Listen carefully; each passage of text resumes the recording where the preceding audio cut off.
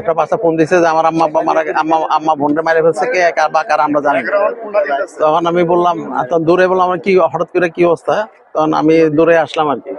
তাই সাথে দেখলাম যে তোমরা কইছিলা, আমি একটু আগে ঢাকা থেকে আসছি, তো তোমার ছোট ভাই সে ঢাকা থেকে সেও আসছে। পরে প্রায় 2 ঘন্টা যাবত, 1 ঘন্টা আসার পর তারা বসে থাকার পর তার মা আর বোনকে তারা জাগাইছে না, কি হয়েছে এরা নাকি ওষুধ খেয়ে ঘুমাই দেখে তারা জাগাইছে না।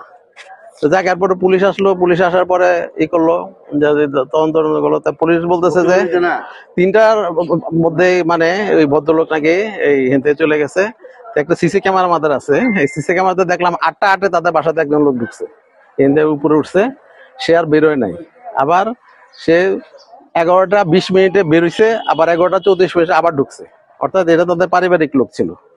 এই লোকই একজন ঢোকা বসা, কারণ তারা কেউ সাথে তারা প্রচন্ড কনজারভেটিভ, আমার সাথে কখনো কথা বলে না তারা, এবং খুব উনি হজ করে আসছে, হাজি মানুষ এবং মহিলাও হজ করে আসছেন, যার কারণে ওরা নামাজের লোক, এরা কেউ সাথে কোনো কথাবার্তা বলে না, খুব চুপচাপ নিরিবিলি থাকে। ছেলেমেয়েগুলো খুব ভদ্র, মেয়েটা কুমিল্লা ভার্সিটিতে পড়ে। তো এখন এই আর কি, এখন তখন তো সারা তো বলা যাবে না অ্যাকচুয়ালি ব্যাপার। ওরা বাসায় ঢুকছে 11টায়, বড় ভাই ছোট ভাই বাসায় ঢুকছে 11:30 দিকে আনুমানিক। আমাকে ফোন দে রাত 12টার পরে। তখন বুঝতে পারে, প্রথম এরা বুঝতে পারে না যে মারা গেছে, কি হয়েছে এরা বুঝতে পারে না, মনে করছে ওদের মা ঘুমাই রয়েছে, এরকম মনে করছে। পরে সারা শব্দ না পাইয়া বুঝতে পারছে যে কিছু হয়েছে। আর তার ছেলেরা মামলা মোকদ্দমা করার প্রস্তুতি গ্রহণ করছে। আর হত্যাকাণ্ডের সাথে জড়িত আছে কিনা, কি ভাবে হত্যা হলো, এটা আমরা তখন সবকে বলতে পারবো আসলে। কিন্তু লাশের গায়ে আমরা কোনো বড় আঘাতের চিহ্নও পাইনি,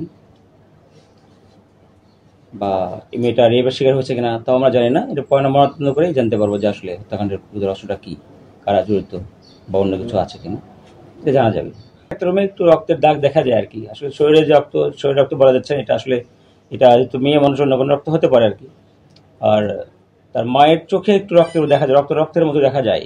আর মেয়ের গায়ে আঘাতের কোনো চিহ্ন পাওয়া যায়নি। গলায় ছোট কালো একটা দাগ আছে মেয়েটার গায়ে, আর মায়ের গায়ে শুধু চোখের একটু রক্তের দাগ দেখা যায় আর কি। এছাড়া আঘাতের কোনো গুরুত্বপূর্ণ আমরা পাইনি, গুরুতর কোনো আঘাত বা জখমের জন্য মনে হয় না।